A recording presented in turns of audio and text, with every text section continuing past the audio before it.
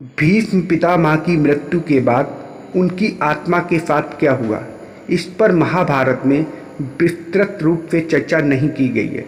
लेकिन उनकी मृत्यु और आत्मा की यात्रा के संदर्भ में कुछ आध्यात्मिक और दार्शनिक विचार हैं जिनका उल्लेख महाभारत और हिंदू धर्म ग्रंथों में किया गया है। भीष्म पितामह एक महान योद्धा, गुरु और धर्म के प्रतीक माने जाते थे और उनके जीवन की यात्रा अत्यंत शिक्षाप्रद और प्रेरणादायक थी।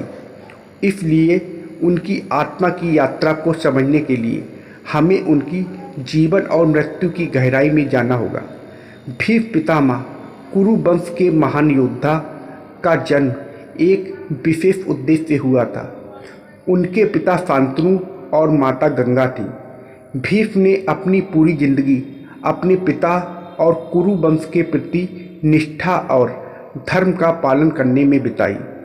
उन्होंने अपने पिता के प्रेम के लिए आजीवन ब्रह्मचर्य का व्रत लिया था और राज्य का त्याग कर दिया था, जिससे उन्हें भीष्म का नाम मिला। उनका असली नाम देवव्रत था, लेकिन उनकी प्रतिज्ञा के कारण उन्हें भीष्म कहा जाने लगा। महाभारत के युद्ध में भीष्म पांडवों और कौरवों के बीच एक महत्वपूर्ण पात्र थे। वे कौरवों की ओर से लड़े, लेकिन उनके मन में पांडवों के प्रति कोई द्वेष नहीं था। उन्होंने केवल अपने कर्तव्यों का पालन किया, क्योंकि वे कौरवों के प्रधान सेनापति थे। युद्ध में उनकी भूमिका अत्यधिक महत्वपूर्ण थी और वे अजय माने जाते थे। लेकिन अर्जुन ने शिखंडी की सहायता से उन्हें बाणों से भीन दिया, जिससे वे भूमि पर सरसैया पर लेट गए। भीष्म ने मरणासन्न अवस्था में भी अपने प्राण त्यागने के लिए उत्तरायण की प्रतीक्षा की, क्योंकि यह समय आत्मा की मुक्ति के लिए शुभ माना जाता है। जब सूर्य उत्तरायण में प्रवेश कर गया, तब भीष्म ने अपने प्राण त्यागे। महाभारत के अनुसार भीष्म को इच्छा मृत्यु का वरदान था, इसलिए उन्होंने अपनी मृत्यु का समय स्वयं चुना। उनके अंतिम समय में उन्होंने धर्म, नीति और जीवन के गूढ़ रहस्यों की शिक्षा दी, विशेषकर युधिष्ठिर को।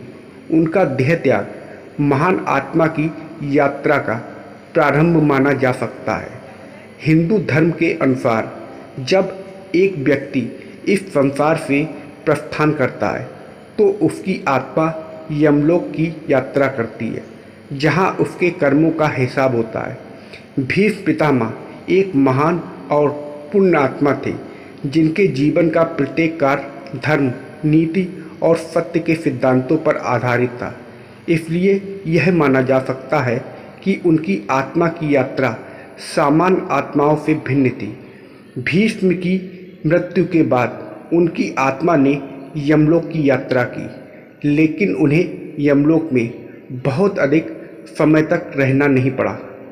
भीष्म ने अपना जीवन पूरी निष्ठा से धर्म के अनुसार जिया था और उन्होंने अपनी इच्छाओं और सांसारिक बंधनों से मुक्त होकर जीवन व्यतीत किया था। इसलिए यह कहा जा सकता है कि उनकी आत्मा को मोक्ष की प्राप्ति हुई।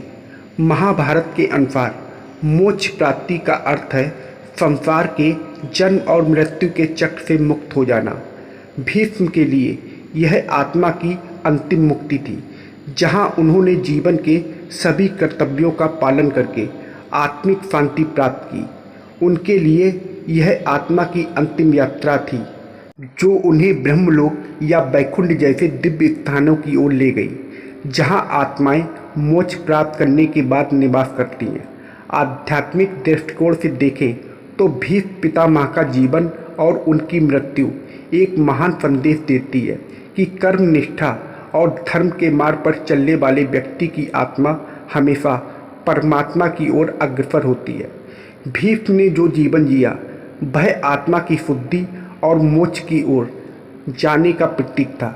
उनकी आत्मा की यात्रा केवल मृत्यु के बाद की यात्रा नहीं थी, बल्कि जीवन भर उनके द्वारा किए गए कर्मों की परिणति थी।